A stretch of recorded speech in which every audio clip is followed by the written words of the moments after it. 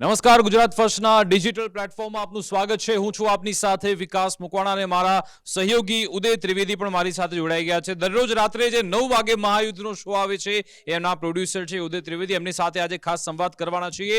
આ મિડલ ઈસ્ટનું યુદ્ધ કે જે 15મા દિવસમાં અત્યારે પહોંચી ગયું છે, અને ગઈકાલે આપણે જે વાત કરી હતી કે ઈરાને અમેરિકાને 3 મોટા ઝટકા આપ્યા છે, અને એની સામે આજે અમેરિકાએ મોડી રાત્રે જે પલટવાર કર્યું છે, અને કહેવાય રહ્યું છે કે અમેરિકાએ ઈરાનની દુખતી નસ પકડી લીધી છે. ઈરાનની લાઇફલાઇન છે એના પર અમેરિકાએ એટેક કર્યો છે, અને આ પ્રથમ પગલું છે. દાવો એ થઈ રહ્યું છે કે આ હુમલા બાદ અમેરિકા એક એવું પગલું ઉઠાવવા જઈ રહ્યું છે કે જેનાથી ન માત્ર સ્ટેટ ઓફ હોર્મુઝ એ ફ્રી થઈ જશે, પણ ઈરાનની ધરતી પર પણ અમેરિકાના ટ્રુપ્સ પહોંચી શકે છે એવી અત્યારે વિગત છે. એટલે કે પહેલા જે ઈરાનનું પલડું હમણાં 2-3 દિવસથી ભારે જોવા મળતું હતું, હવે અમેરિકાએ ફાયર પાવર પોતાનું વધાર્યું છે, પોતાની કેપેસિટી બતાવવાનો પ્રયત્ન કર્યો છે, ને ઈરાનને નેસ્ત નાબૂદ કરવા માટે હવે નીકળી ચૂક્યા છે. આખરે કેવો હુમલો ગઈકાલે અમેરિકાએ કર્યો છે, દુખતી નસ આખરે ઈરાનની કઈ છે એ તમને બતાવીશું. અને આ બધાની વચ્ચે ઈરાન પોતાની જે શક્તિ છે એ દુનિયા સમક્ષ મૂકી રહ્યું છે. વધુ કેટલાક વિડીયો ઈરાને રિલીઝ કર્યા છે, અને અમેરિકાએ જે હુમલો કર્યો છે, હું વાત કરી રહ્યો છું એક આઇસલેન્ડ છે કે જ્યાંથી ઈરાન પોતાનો 90% તેલનો વેપાર કરે છે, એ ત્યાં જોરદાર તબાહી મચાવવામાં આવી છે. એની સામે ઈરાને શું જવાબ આપ્યો, શું આ યુદ્ધ વધારે એસ્કેલેટ થવાનું છે, ઈરાને શું તૈયારી કરી છે એ વિશે પણ તમને બતાવીશું. આ બધાની વચ્ચે શું હવે કિમ જોંગ ઉન એ પણ આ યુદ્ધમાં આવી ગયા છે કે કેમ, શું ઉત્તર કોરિયા આ યુદ્ધમાં આવી રહ્યું છે કે કેમ, એ વિશે પણ આપને એક કન્ફર્મ માહિતી બતાવીશું, અને ઓફિશિયલ સ્ટેટમેન્ટ એ બાબતે આવી રહ્યા છે એ પણ આપને જણાવીશું કે શું કિમ જોંગ ઉન પણ આમાં રસ લઈ રહ્યા છે કે કેમ. બીજી સૌથી મહત્વની બાબત એ કે સ્ટેટ ઓફ હોર્મુઝને ફ્રી કરવા માટે ડોનાલ્ડ ટ્રમ્પ ઘણા બધા નૌસૈનિકો છે એમને ઈરાન મોકલવાની તૈયારી કરી રહ્યા છે. પ્લાન શું છે એ વિશે પણ વાત કરવાના છે. અને ઝેલેન્સ્કી જેમની પાસે અત્યારે અનુભવ છે રશિયા સામે લડવાનો, ને એમણે મિડલ ઈસ્ટના દેશોને એક ઓફર કરી છે કે હું પણ તમને મદદ કરી શકું છું. ઝેલેન્સ્કી આખરે શું ઓફર કરી એ બતાવીશું. ઓવરઓલ છેલ્લા 24 કલાકમાં 15મા દિવસના વોરનો શું અપડેટ છે એ વિશે તમને જણાવીએ. શરૂઆત કરીએ ઉદય એ આઇસલેન્ડ, ખાર્ગ આઇસલેન્ડ કે જ્યાં અમેરિકાએ એટેક કર્યો છે. આખરે શું એટેક છે એ તમે દર્શાવો દર્શકોને, અને આખરે એ કેટલું મહત્વનું છે ઈરાન માટે. ઈરાનની સૌથી નબળી નસ માનવામાં આવે છે ખાર્ગ ટાપુ. એ ખાર્ગ ટાપુ એવી પોઝિશન ઉપર છે કે ત્યાંથી ઈરાન 90% ઓઇલ એક્સપોર્ટ કરે છે. હવે અમેરિકાએ ત્યાં હુમલો કર્યો છે, પણ ખાર્ગ ટાપુની ઉપર રહેલા ઓઇલ ને પોર્ટ ઉપર હુમલો નથી કરેલો. ત્યાં જે મિલિટરી હાજર IRGC ની જે મિલિટરી બેઝ છે, હેડક્વાર્ટર્સ છે, તેના ઉપર હુમલો કર્યો છે. ત્યાં જે મિલિટરી એરબેઝ છે તેના ઉપર હુમલો કર્યો છે, જેથી કરીને આ ખાર્ગ ટાપુની અંદર જે ઈરાનની મિલિટરીની જે તૈનાતી છે તેમાં ફરક પડે, અને જેથી કરીને ભવિષ્યમાં જો ત્યાં કબજો કરવો પડે કે તો અહીંયા અમેરિકાને સરળ થાય, એટલા માટે ખાર્ગને પસંદ કરવામાં આવ્યું છે. બિલકુલ. સાથે રિપોર્ટ એ પણ આવેલા છે કે હવે પછી અહીં દુબઈ પાસે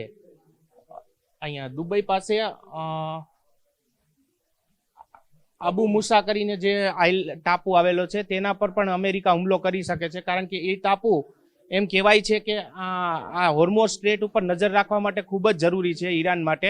એટલે હવે પછી આને ટાર્ગેટ કરી શકે અબુ મુસા ટાપુને, એવા પણ રિપોર્ટ સામે આવ્યા છે. બિલકુલ. ટૂંકમાં એટલે જે આ સ્ટ્રેટ ઓફ હોર્મુઝ ઈરાને લોક કર્યું છે, એ સ્ટ્રેટેજીના ભાગરૂપે અમેરિકાએ પહેલા તો અહીંયા જે આઇસલેન્ડ છે ખાર્ગ, ત્યાં એટેક કર્યો.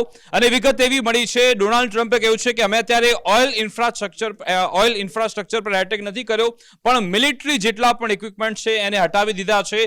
જો અહીંયા અમેરિકા એના પર કબજો કરી લે તો પછી રસ્તો નીકળશે સ્ટ્રેટ ઓફ હોર્મુઝને પણ ક્લિયર કરવા માટે. જે રીતે ઉદય કહી રહ્યા છે કે વધુ એક ટાપુ પર પણ એટેક થવાનો છે, તો સ્ટ્રેટ ઓફ હોર્મુઝને ક્લિયર કરવા માટેનું આ અમેરિકાનું પગલું હોઈ શકે છે. હવે કેવી રીતે એટેક કરવામાં આવે તમને એ પણ બતાવી દે. ગઈકાલે મોડી રાત્રે યુએસ સેન્ટ્રલ કમાન્ડે આ વિડીયો શેર કર્યો. B-2 stealth bomber take off to conduct a mission during operation epic fury. આ એ જ સ્ટીલ્થ બોમ્બર વિમાન છે કે જેનાથી ગઈકાલે એટેક કરવામાં આવ્યો છે ઈરાન પર. આ એ જ આ પ્લેન છે કે જે મોડી રાત્રે ઉડ્યા હતા અને પછી ખાર્ગ આઇસલેન્ડ પર પહોંચ્યા અને વિધ્વંસક હુમલો કરવામાં આવ્યો છે ઈરાન પર. અને કહેવામાં આવે છે કે ઈરાન ઈરાનનું જે આખો એનું જેટલા પણ એના ઓઇલના ઇન્ફ્રાસ્ટ્રક્ચર છે એની જેટલી પણ પાઇપલાઇન છે સીધી ખાર્ક આઇસલેન્ડ સાથે કનેક્ટ થાય છે અને જો એ ઠપ થઈ જાય તો ઈરાનની આખી ઇકોનોમી ઠપ થઈ શકે છે. એની કેપેસિટીની વાત કરીએ ખાર્ક આઇસલેન્ડની તો દિવસનું 70 મિલિયન બેરલ એ ત્યાંનું ઓઇલ એનું પ્રોડક્શન કરી શકે છે. જો કે એના પર જે દબાણ છે એના કારણે ફક્ત 1 મિલિયન જેટલા બેરલ એ અત્યારે ઉત્પાદન કરે છે. એના પર અમેરિકાએ હુમલાનો પ્રયત્ન કર્યો છે, એક ધમકી આપવામાં આવીને જેવું આ એટેક થયો પછી ડોનાલ્ડ ટ્રમ્પે આ ટ્વીટ કર્યું હતું કે moments ago at my direction the United States Central Command executed one of the most powerful bombing raids in the history of the Middle East and totally every military targets in Iran crown jewel Khark Island. Our weapons are the most powerful and sophisticated that the world has ever known. But for the reason of the decency, I have chosen not to wipe out the oil infrastructure on the Iceland. એટલે મેં આ oil infrastructure પર અમે attack નથી કર્યો. એવું આપને લાગે છે કે નથી થયું કે પછી કરવામાં આવ્યો છે? ના, અત્યારે ઈરાને પણ કન્ફર્મ કરી દીધું છે કે ઓઇલ ઇન્ફ્રાસ્ટ્રક્ચર ઉપર હુમલો નથી થયો.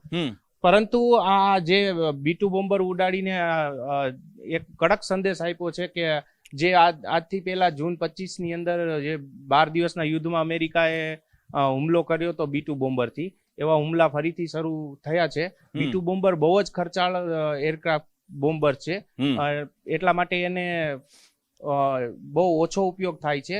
ઓકે.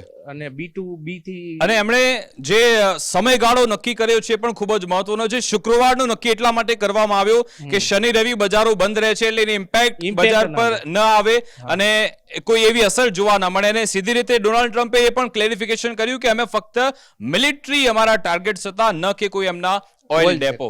એની સાથે સાથે ડોનાલ્ડ ટ્રમ્પ બીજું પણ ટ્વીટ કરે છે કે એમની જે ન્યૂઝ એજન્સીઓ છે કે તમામ ફેક ન્યૂઝ ચલાવી રહી છે.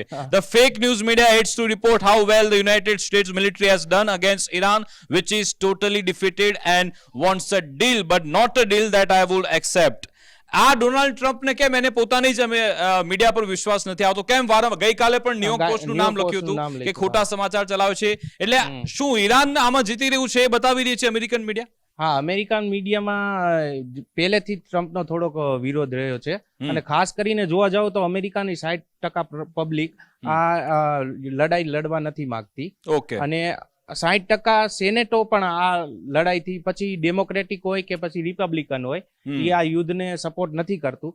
પરંતુ એક કેસિસ બેલી કરીને એક થિયરી છે, એ દર વખતે અમેરિકા યુઝ કરે છે કે યુદ્ધ શા માટે જરૂરી છે અને શા માટે જરૂરી હતું. પરંતુ ટ્રમ્પ અહીંયા ઈ રણનીતિ પણ સફળ નથી રહી, કારણ કે પોતાની જ જનતાને, પોતાની જ મીડિયાને એ વિશ્વાસમાં નથી લઈ શકતા કે યુદ્ધ શા માટે આ જરૂરી છે.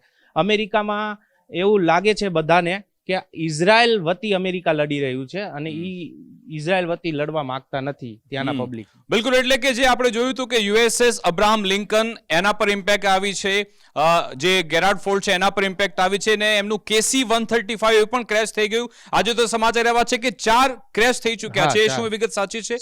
5 ક્રેશ થઈ ગયા છે અમેરિકાના એરક્રાફ્ટ. હા, ઈ સમાચાર આવી ગયા. એટલે કદાચ એના માટે જ આ રીતનું ખાર્ગ આઇસલેન્ડ પર ડોનાલ્ડ ટ્રમ્પે એટેક કરાવ્યો છે ને એક વિડીયો પણ ડોનાલ્ડ ટ્રમ્પે રિલીઝ કર્યો છે. આપણે એ પણ જોઈ લો. આ વિડીયો ગઈકાલે ડોનાલ્ડ ટ્રમ્પે રિલીઝ કર્યો છે જ્યારે ખાર્ગ આઇસલેન્ડ પર એટેક કરવામાં આવ્યો.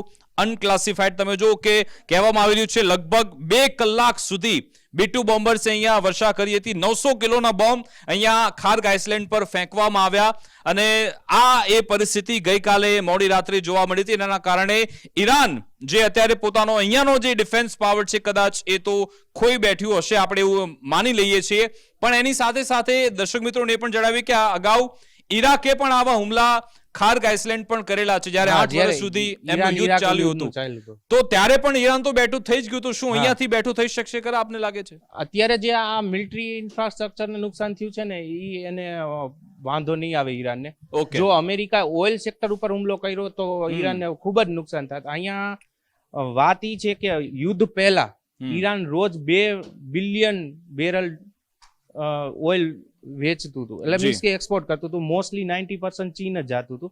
પરંતુ યુદ્ધ શરૂ થયા પછી ઈરાન એક એવો દેશ છે કે જેનું ઓઇલ એક્સપોર્ટ વધ્યું છે, $2.1 બિલિયન જેટલું થઈ ગયું છે. એટલે આમાં ઈરાનને ફાયદો થયો છે. જો ઓઇલ સેક્ટર ઉપર હુમલો થયો તો ચોક્કસ ઈરાનને નુકસાન થાત.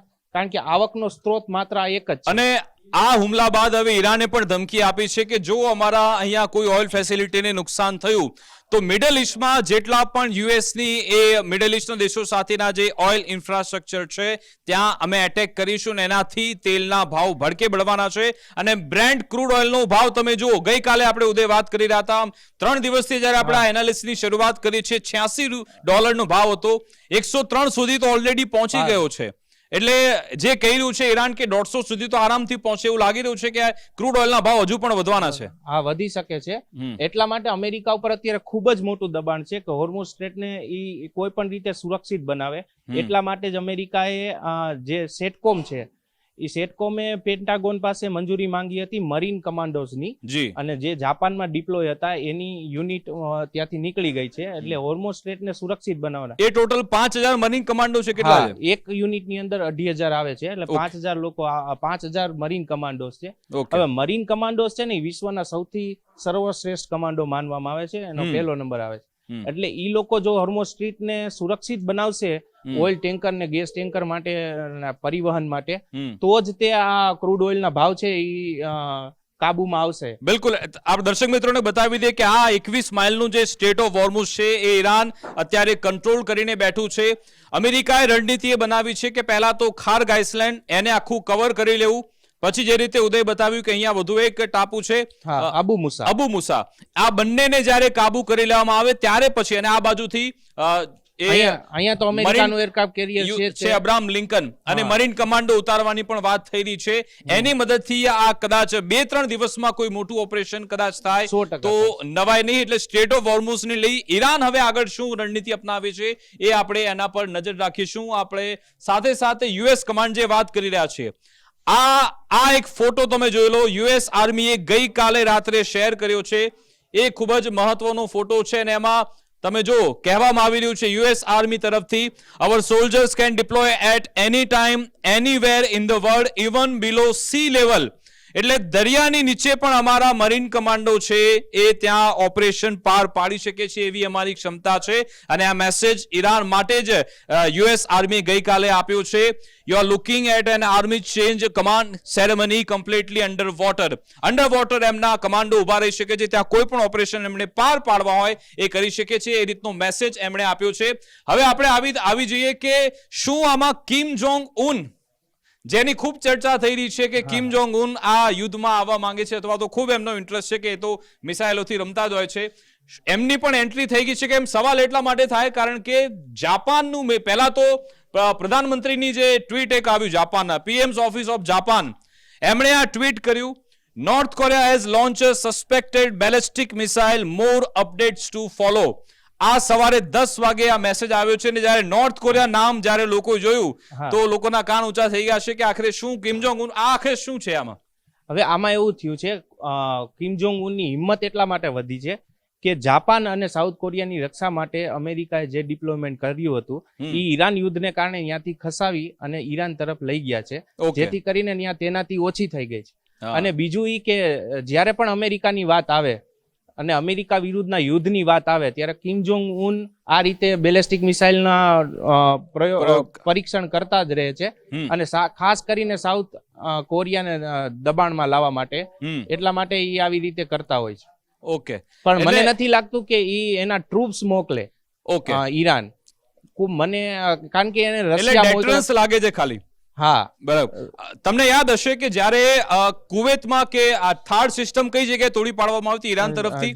જોર્ડનમાં તોડી પાડવામાં આવી હતી. એ લગભગ હજારો કરોડોની એ ડિફેન્સ સિસ્ટમ છે જેને ઈરાને તોડી પાડી, અને હવે દાવો એ થયો કે સાઉથ કોરિયાથી આ સિસ્ટમ અમેરિકા જે એણે પોતાની લગાવેલી હતી હવે ઈરાન તરફ લાવી રહ્યું છે. જેવી એ સિસ્ટમ ત્યાંથી હટે છે, નોર્થ કોરિયા એક બેલિસ્ટિક મિસાઇલ સમુદ્રમાં છોડે છે. ખૂબ જ આ મોટું એક પ્રકારના આ અપડેટ છે. અને પછી જાપાનના મિનિસ્ટ્રી ઓફ ડિફેન્સે પણ પછી એ કહ્યું કે it's estimated that the object had already fallen. એટલે ઓબ્જેક્ટ અત્યારે છે નહીં, પણ એક ચમકારો ચોક્કસથી ઉત્તર કોરિયા તરફથી આપવામાં આવ્યો છે.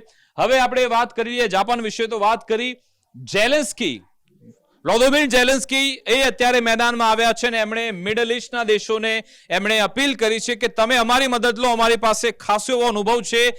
એમણે કહ્યું કે આ શાહેદ ડ્રોન છે એની સામે કાઉન્ટર કરવા માટેની ટેકનિક અમારી પાસે છે. ગઈકાલે ઝેલેન્સ્કીએ આ ટ્વીટ કર્યું. એમણે કહ્યું, countries in the Middle East have reach out to us asking to share our expertise in intercepting Iranian Shahed drone. આ શાહેદ ડ્રોન કે જેણે ઇઝરાયલ, અમેરિકા એમના નાકમાં દમ કરી રાખ્યું છે. મિડલ ઈસ્ટના તમામ દેશો અત્યારે પરેશાન છે, કારણ કે આ શાહેદ ડ્રોન, નાનકડા ડ્રોન એ તબાહી મચાવી રહ્યા છે. અને હવે ઝેલેન્સ્કી આમાં કેવી રીતે મદદ? ઝેલેન્સ્કી કહી રહ્યા છે કે we have already sent expert teams to 3 countries. We are ready to help by the end of the week. Our military personnel and the NSDC secretary will return and provide a full report. We will then understand the scope of the assistance our partner expect from. એટલે શું middle ઈસ્ટના દેશો અત્યારે એ પ્રયત્ન કરી રહ્યા છે કે હવે મદદ કોઈ મળે યુક્રેન તરફથી? રશિયાનું અને યુક્રેનનું યુદ્ધ જે 2024માં ચાલુ 2022માં ચાલુ થયું ત્યારથી શાહેદ ડ્રોન નો એને ઈરાન સાથે સમજૂતી રશિયાએ કરી હતી અને હવે પ્રોડક્શન શાહેદ ડ્રોનનું ત્યાં જ થાય છે. શાહેદ ડ્રોનનું પ્રોડક્શન રશિયામાં જ થવા લાગ્યું છે.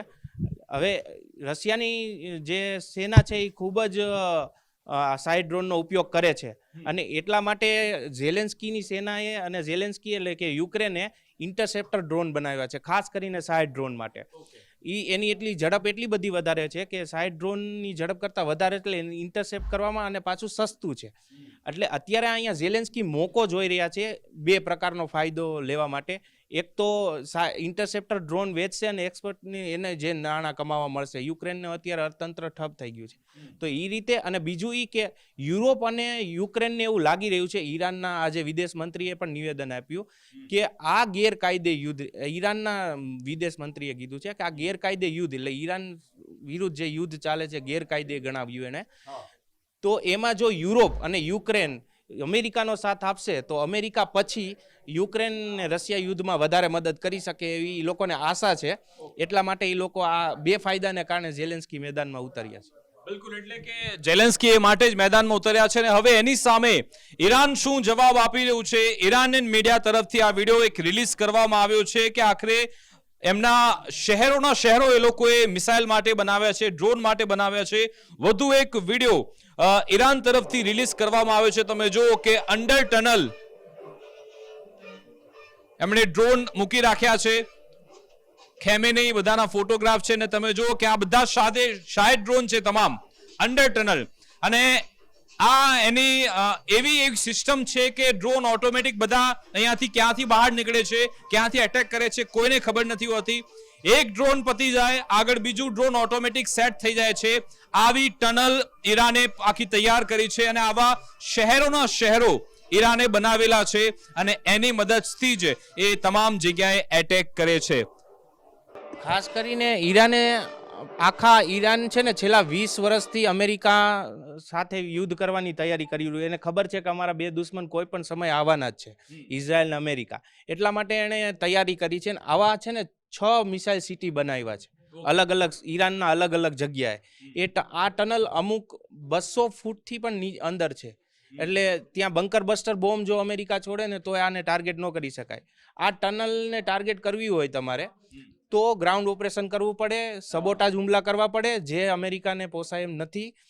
મારા ખ્યાલથી આ યુદ્ધમાં જો અમેરિકા ગ્રાઉન્ડ ઓપરેશન કરે અને આ મિસાઇલ સિટીને નષ્ટ કરવા માટે આગળ વધે તો ચોક્કસપણે અમેરિકા ફસાઈ જશે ઈરાનની અંદર. બિલકુલ, એટલે કે આમાં એ જ ચેકમેટ એ જ છે કે જો અમેરિકા પોતાના ટ્રુપ્સ અહીંયા ઉતારે તો પછી એના માટે મુશ્કેલી સાબિત થઈ શકે છે. ને આ છે સિનિયર ઇરાનિયન ઓફિશિયલ મોહસિન રઝી. હમણાં જ એમનું આ સ્ટેટમેન્ટ આવ્યું છે. એમના તરફથી કહેવામાં આવ્યું કે the end of the war is in our hands. We will consider ending the war only when first we receive full compensation for all our damages from the United States, and second we obtain 100% guarantee for the future, which is not possible without the withdrawal of the US from the Persian gulf. એટલે Persian ગલ્ફમાંથી America હટી જાય એવી demand મૂકવામાં આવી. સાથે અત્યાર સુધી જેટલું નુકસાન થયું એનું અમને વળતર આપવામાં આવે અને ભવિષ્યમાં અમારી પર કોઈ એટેક નહીં થાય.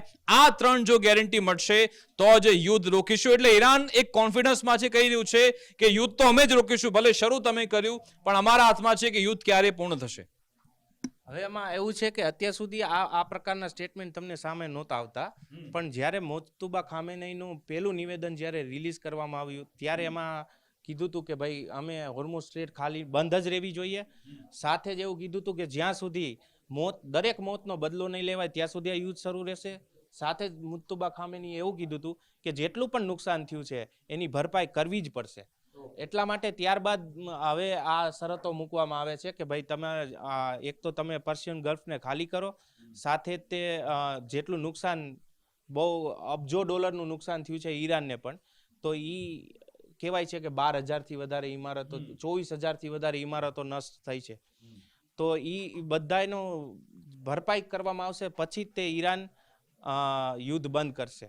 અમેરિકા ઈરાનને દબાવવા માટેના પ્રયત્નો કરતું હતું. શરૂઆતમાં એવું લાગતું હતું કે ભાઈ અમેરિકા અને ઇઝરાયલ થઈને આ હુમલાને ઈરાનને દબાવી દેશે, પરંતુ જે રીતે ઈરાન પછી બેઠું થયું છે ત્યારબાદ પછી તેના આક્રમક તેવર વધી ગયા છે અને એ ક્યાંક ને ક્યાંક સમજી ગયો છે.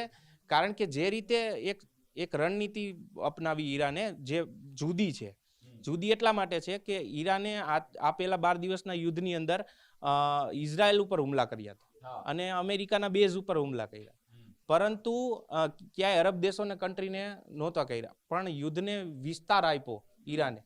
હવે અમેરિકાને એમ હતું કે એ વિસ્તાર નહીં આપે કારણ કે આટલા બધા અરબ દેશોના દુશ્મની નહીં લે, પણ ઈરાને ચાલાકી વાપરી અને ડ્રોન હુમલા કર્યા બીજા અલગ અલગ દેશોની અંદર, જેથી કરીને દબાણ અમેરિકા પર ખૂબ વધી ગયું. સાથે ઉપર જતા હોર્મુઝ સ્ટ્રેટ બંધ થતા આખા વિશ્વનું દબાણ અત્યારે અમેરિકા ઉપર છે કે કોઈ પણ રીતે આ જલ્દી પૂર્ણ કરે, જેથી કરીને અર્થતંત્ર જે વૈશ્વિક અર્થતંત્રને અસર પહોંચી છે તેને કાઢી શકાય. બિલકુલ. અને આ બધાની વચ્ચે ગઈકાલે ઈરાનમાં કુદ્સ રેલીનું આયોજન થયું હતું અને આ કુદ્સ રેલીમાં જે અમેરિકાના રક્ષા મંત્રી છે પીટ હેક્સેથ, એમને સીધો જવાબ એ આપવામાં આવ્યો. અમેરિકાના રક્ષા મંત્રી જે વોર મિનિસ્ટર કહેવામાં આવે છે પીટ હેક્સેથ, એમણે કહ્યું હતું કે ઈરાનની લીડરશિપ અમારાથી ડરી ગઈ છે અને ટનલમાં ભાગી રહી છે, ઉંદરડા ફરતા હોય એવી રીતે લોકો છુપાઈ રહ્યા છે અને એટલા માટે જ એમને જવાબ આપવા માટે ગઈકાલે ઈરાનના કેપિટલ તેહરાનમાં કુદ્સ રેલીમાં ઈરાનના રાષ્ટ્રપતિ પણ ખુલ્લેઆમ ફરતા જોવા મળ્યા. ઈરાનના NSA અલીજારી એ પણ ખુલ્લા ફરતા જોવા મળ્યા, ખુલ્લેઆમ સામાન્ય માણસો સાથે વાતચીત કરી. એમના જે વિદેશ મંત્રી છે, 3 મોટા નેતાઓ સીધી રીતે તેહરાનમાં રસ્તા પર આવ્યા, લોકો સાથે વાર્તાલાપ કર્યો અને રેલી પૂર્ણ કરીને જતા રહ્યા અને સીધો રીતે મેસેજ આપ્યો કે જો અમારામાં એક ક્ષમતા છે અને તમારા નેતાઓ એ આઇસલેન્ડમાં છુપાઈને બેઠા છે, એવો પડકાર પણ આપવામાં આવ્યો છે. કુલ મળીને આ જે વોર લાઇક સિચ્યુએશન છે ઓર ટ્રિગર થઈ રહી છે, એમાં એસ્કેલેશન થવાના પૂરેપૂરા અત્યારે એંધાણ છે. અને જ્યારે હવે એ ખાર્ગ આઇસલેન્ડ પર જ્યારે અમેરિકાએ એટેક કર્યો છે, ઈરાને ધમકી આપી દીધી છે કે હવે અમે મિડલ ઈસ્ટમાં અમેરિકાના જેટલા પણ એ ઓઇલ ઇન્ફ્રાસ્ટ્રક્ચર આવી રહ્યા છે ત્યાં અમે એટેક કરવા જઈ રહ્યા છે. હવે આજની રાત ખૂબ જ ભારે રહી શકે છે કારણ કે ગઈકાલે અમેરિકાએ વારો લીધો તો આજે હવે ઈરાન શું એટેક કરે છે એના પર નજર રહેશે.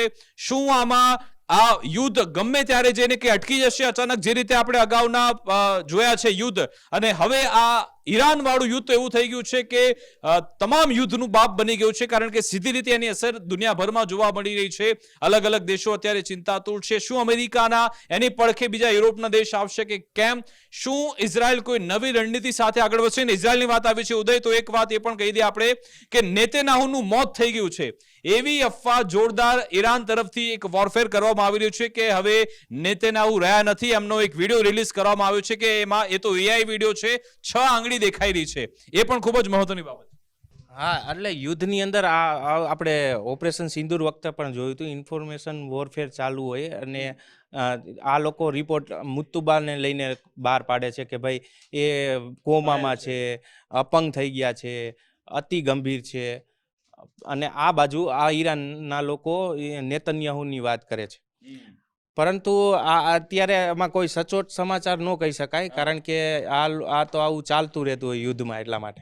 પણ એ બાબતે ઇઝરાયલ તરફથી હજુ સુધી કોઈ સીધી રીતે નિવેદન આપવામાં નથી આવ્યું. ઈરાનના લોકો કહી રહ્યા છે કે નેતન્યાહુના પુત્ર દરરોજ જે 30 થી 40 પોસ્ટ કરતા હતા એ છેલ્લા 5 દિવસથી સોશિયલ મીડિયાથી ગાયબ કેમ થઈ ગયા છે, એ સવાલ પણ લોકો ઉઠાવી રહ્યા છે. પણ કુલ મળીને લેબનોનથી હુમલા થઈ રહ્યા છે હિઝબુલ્લાની મદદથી ઇઝરાયલ પર. ઇઝરાયલ પણ લેબનોન પર એટેક કરે છે, ઈરાન પણ કરે છે. ઈરાન મિડલ મિસાઇલ લિસ્ટમાં તમામ જગ્યાએ એટેક કરી રહ્યું છે, સ્ટ્રેટ ઓફ હોર્મુઝ લોક થયેલું છે, શું એ ફ્રી થશે કે કેમ, આ યુદ્ધ આગળ વધશે તો એની કેવી અસર જોવા મળશે, તમામ અપડેટ્સ અમે ટ્રેક કરતા રહીશું.